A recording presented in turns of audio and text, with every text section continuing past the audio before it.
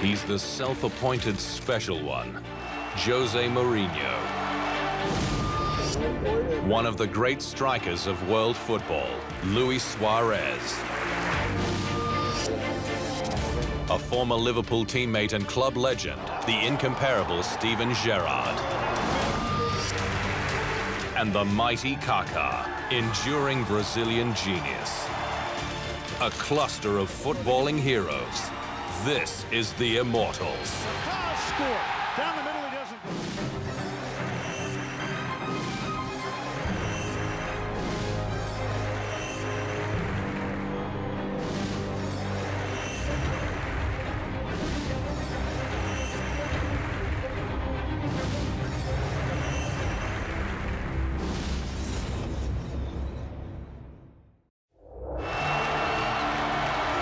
He was never shackled by self-doubt. The one and only José Mourinho, among football's most celebrated managers.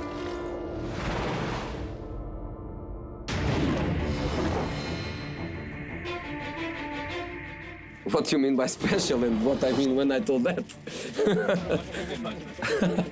I know I didn't, but...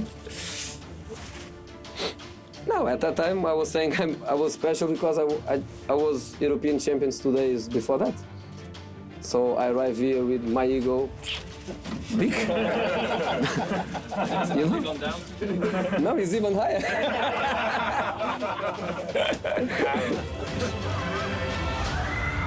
He has managed the biggest and greatest clubs in the world, from Porto to Inter Milan, to Chelsea and Real Madrid, and more recently, the global giant Manchester United.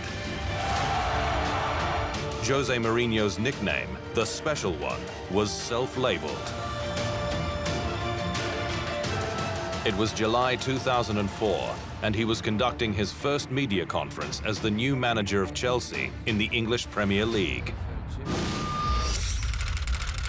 Please don't call me arrogant, because what I'm saying is true. I'm European champion. I'm not one of the bottle. I think I'm a special one. That one quote resonated ever since, through triumph and tribulation. Mourinho has seen the highs and lows of football and of sport. Mostly he has thrived, named at number 9 in an ESPN list of the greatest coaches ever in 2013, with Sir Alex Ferguson, the Manchester United legend, at the head of the pile. He was FIFA World Coach of the Year in 2010. 4 times has won the world's Best Club Coach Award from the International Federation of Football History. And many regard him as the greatest manager of modern times. Mourinho's assortment of big titles is astonishing. He won 2 UEFA Champions League crowns and league titles in 4 countries: Italy, Spain, Portugal, and England. A whopping 8 titles as manager, including La Liga, Primera Liga, Serie A, and the EPL. All the while, he has been quirky and challenging. A uniquely engaging figure with his stylish dress sense and his bold public appearances and pronouncements. Not to mention his theatrical celebrations on the sidelines. Some games magnificent, some other not so good, and you know, omelets, eggs. You haven't got any eggs at the moment? No eggs, no omelets, and depends of the quality of the eggs. In the supermarket you have eggs class 1, class 2, class 3, and some are more expensive than others, and some give you better omelets. So when the class 1 eggs, you know, are in Waitrose and you cannot go there, you have a problem. As a boy growing up in the Portuguese capital, Lisbon, José Mourinho de Santos Mourinho Felix wanted to follow his professional footballing father Felix into the game. But he quickly found that he did not have the talent.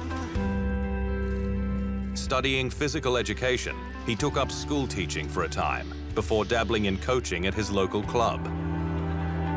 Soon enough, it would be as a manager that he found his calling. Not bad for a moderately good player who languished in the Portuguese second division. Still to come on the Immortals, the grumpy one. Bye.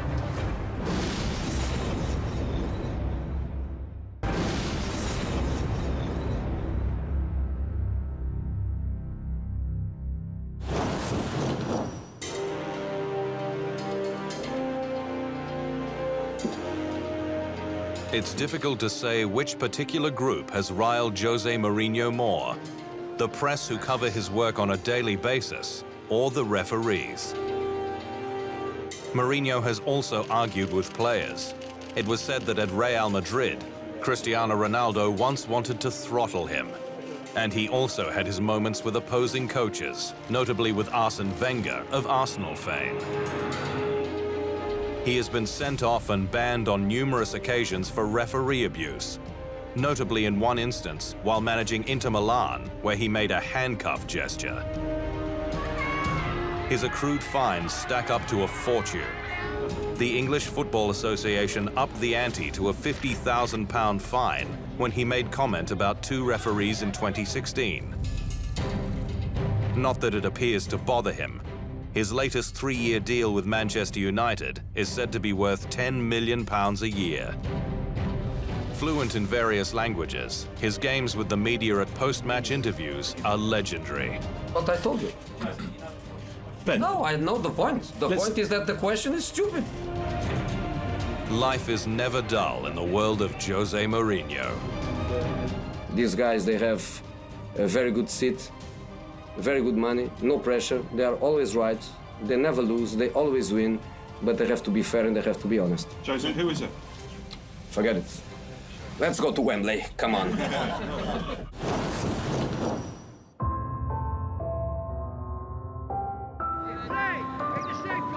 José Mourinho's first mentors were the English coach Sir Bobby Robson and Holland's mastermind Louis van Gaal.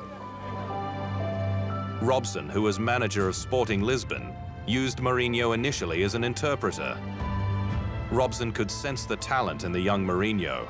He later took him to Porto as an assistant, where they won 2 Portuguese league titles, then on to Barcelona. He met Van Gaal when the Dutchman took over from Robson at Barcelona, and 2 La Liga titles followed.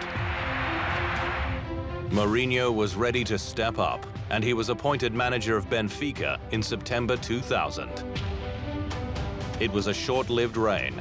The club went into turmoil, and he resigned after just 9 league games, having been declined a contract extension. But he was appointed manager at Porto in 2002, and by 2003 had won his first Portuguese league title as manager, kicking off an astonishing run of big-time success. Porto emerged a superpower of European football, winning the 2004 Champions League. The club defeated Manchester United and Lyon along the way, and smashed Monaco 3-0 in the final at Gelsenkirchen, Germany. The legend of José Mourinho was born that night. He switched to Chelsea, where he immediately won a League Cup and the Premier League title in 2 consecutive years, as well as the FA Cup. The Mourinho style was developing, with its emphasis on defense and organization, as well as planning and scheming against various opposition. His method was often criticized, with Johan Cruyff, the Dutch legend, being one persistent naysayer. Chelsea make me loathe football. But Mourinho had great strengths, such as his ability to adapt to his playing group, and as a motivator, as noted by his Chelsea superstar Didier Drogba. After being coached by Mourinho, I became a warrior. He infected the whole team with this will to win. One of his keynotes was an ability to set up a fortress at home.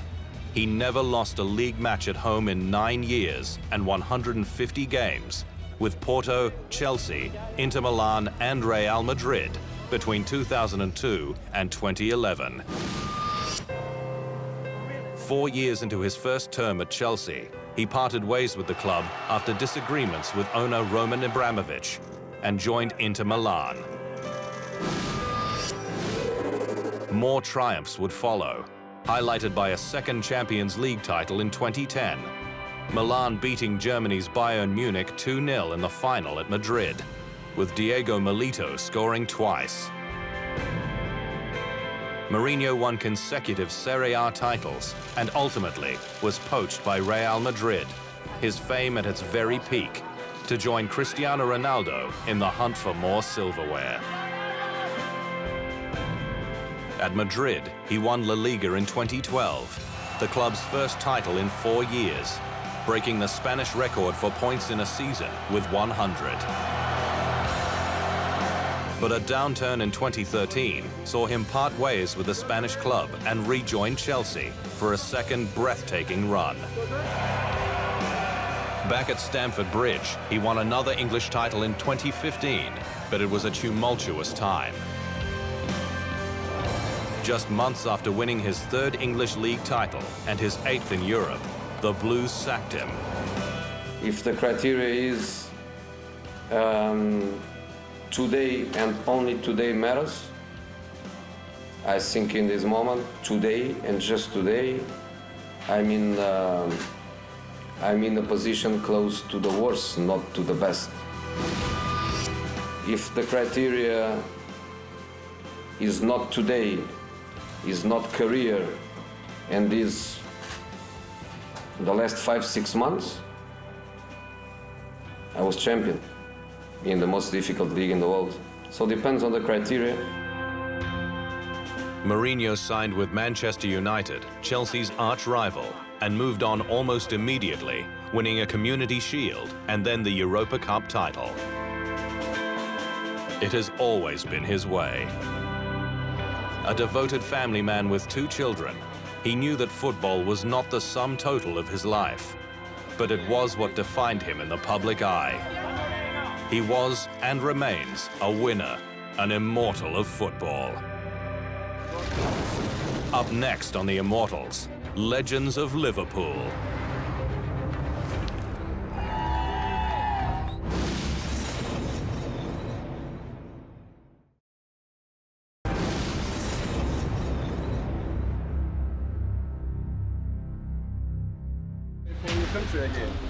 He will be remembered for his on-field explosions and atrocities, but also for the genius in his feet.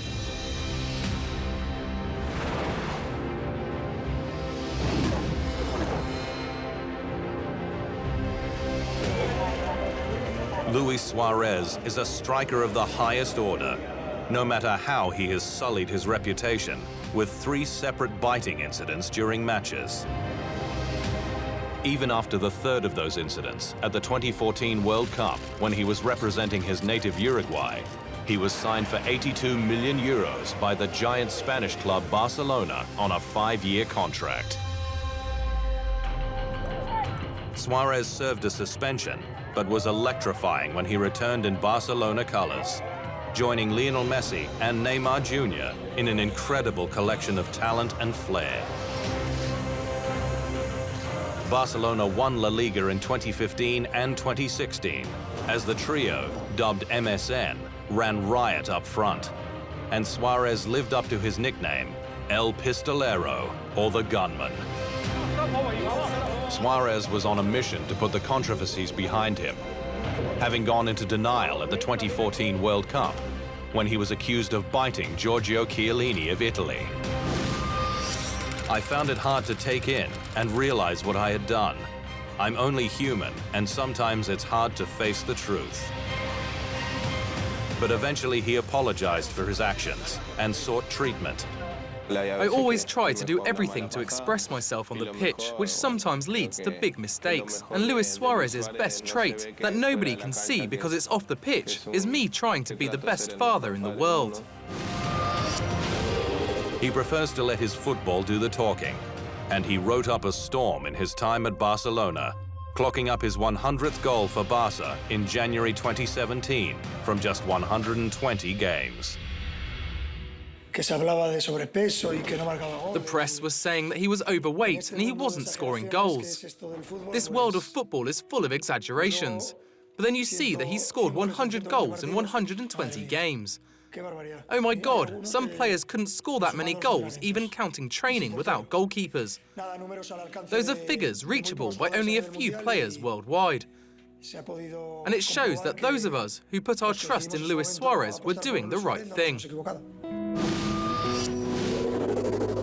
The Guardian newspaper ranked him the #3 player in the world, with only Messi and Cristiano Ronaldo ahead of him. And Suarez continues to have his many defenders, including his former manager, Brendan Rodgers, who saw him dominate in 4 years playing for Liverpool in the English Premier League prior to leaving for Spain. It was the brilliance of Suarez that took Liverpool to within a breadth of winning the league title in England in 2014, falling to Chelsea at the final hurdle as the Uruguayan led the EPL goal-scoring list with 31. In this moment in time, Lou is the best striker in the world. I don't think there's any question about that. First of all, when you speak about Luis Suarez, you have to speak about the man. Luis Suarez is one of the most beautiful men you can come across. Very humble guy who works tirelessly at his profession. He's super professional, a family man who gives everything for his life as a footballer and for his family. It is a sad story in many ways, but an ongoing journey. Suarez, the blue-chip striker, keeps dancing around defenders, scoring goals any which way he cares, and trying to restore his reputation. But there's no denying his genius as a player. Having turned 30 in 2017, he is on track for immortality.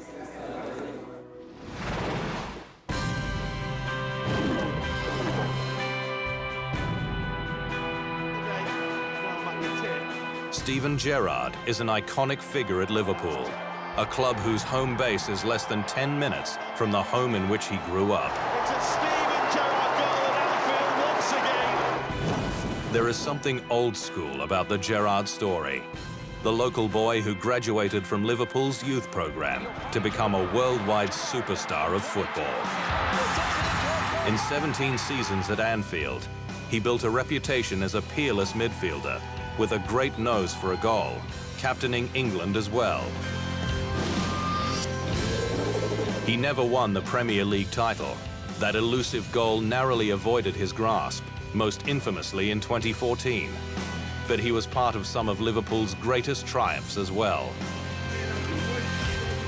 The UEFA Champions League final of 2005 is a case in point, arguably the most famous of all finals in that competition, and the greatest moment in Liverpool's history. Liverpool came from 3-0 down after just 44 minutes in the final against Milan at Istanbul, appearing in the final for the first time in 20 years. It was a hopeless situation, so it seemed, until the miracle of Istanbul. Fired by Gerrard's neatly headed goal in the 54th minute and his theatrical waving to his teammates and the fans, the Reds hit back hard. Incredibly, it was quickly 3-2. Then when an open Gerrard was held in the penalty box, drawing a penalty, Xabi Alonso stepped up and scored after his penalty shot was parried away by Milan's goalkeeper Dida.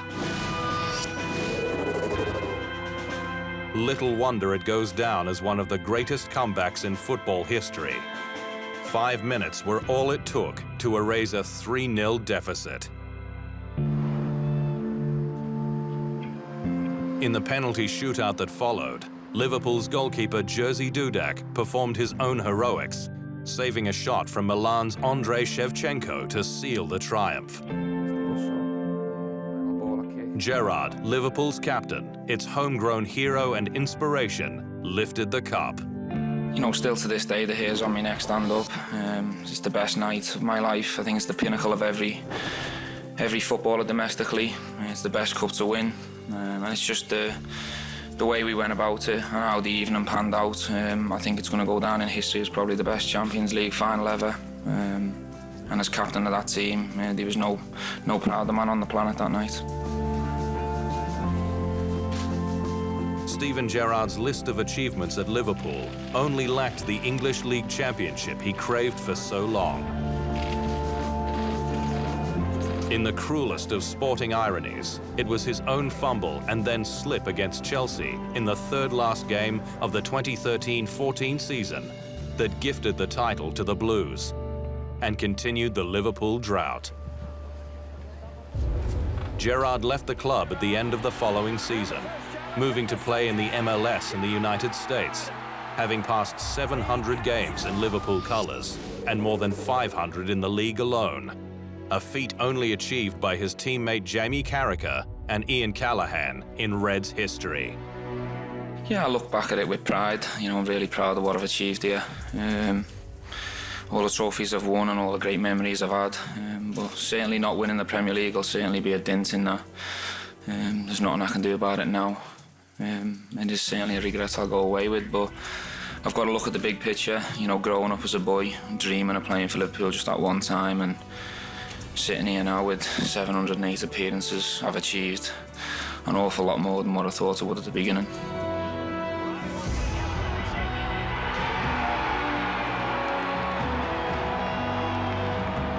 After 2 seasons with Los Angeles Galaxy, he retired in 2017. Gerrard returned to Liverpool, of course, to coach in the club's youth system, where he was spawned from. Nothing could be more appropriate. When we return, the majestic Brazilian, Kaká.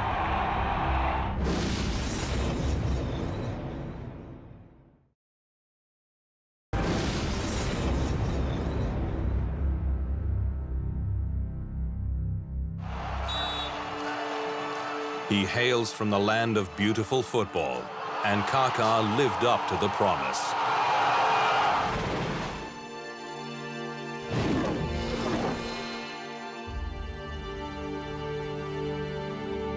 His full name is Ricardo Isaacson dos Santos Leite, but his brother gave him the nickname that has remained with him ever since, Kaká.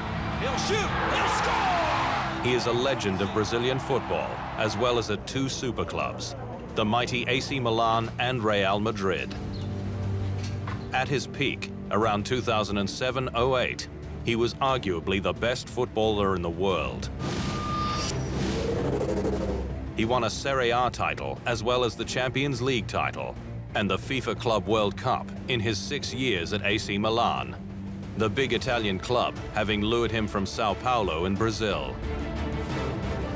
Kaká had been part of the São Paulo junior system from the age of 8 and was named FIFA World Player of the Year in 2007, the 5th Brazilian to win the award.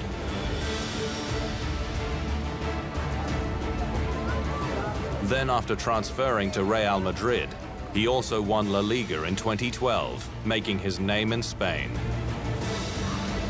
As a 20-year-old with just 2 Brazilian caps, he was part of the squad who won the 2002 FIFA World Cup in South Korea and Japan, although he played just 1 game, and he was a major figure in Brazil's 2006 and 2010 World Cup teams, with his skill and finesse in midfield.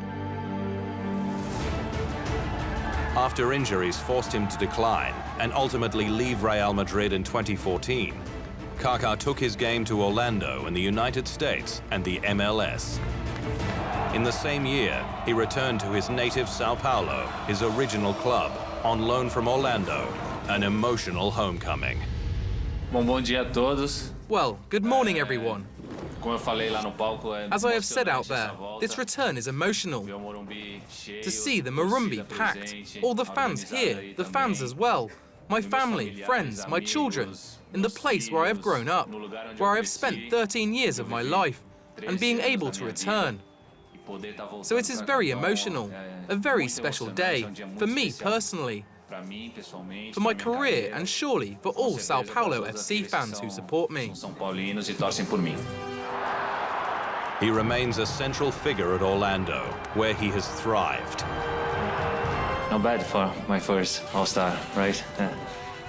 Goal, assist and MVP. And I think everybody's happy because tomorrow in the soccer world, everybody will talk about the MLS All-Star team beat a very good European team. World Cup winner, World Player of the Year, Kaká, an immortal of the game of football. Kaká!